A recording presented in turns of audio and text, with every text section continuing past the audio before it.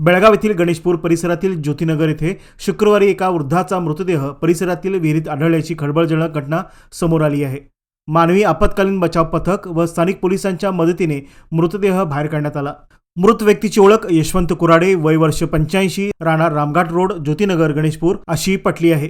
विहिरीत मृतदेह तरंगताना स्थानिकांनी पाहिल्यानंतर तात्काळ पोलीस व आपत्कालीन यंत्रणेला पाचारण करण्यात आले। मानवी आपत्कालीन बचाव पथक प्रमुख बसवराज हिरेमठ, राजू टक्केकर आणि अभिषेक येळ्ळूर तसेच समाजसेवक अवधूत तुडवेकर घटनास्थळी दाखल झाले। दरम्यान कॅम्प पोलीस ठाण्याचे कर्मचारीही मदतीस आले। या सर्वांच्या संयुक्त प्रयत्नातून मृतदेह विहिरीतून बाहेर काढण्यात आला। मृतदेह जिल्हा रुग्णालयात शवविच्छेदनासाठी पाठवण्यात आला असून पोलिसांनी प्राथमिक तपास सुरू केला आहे।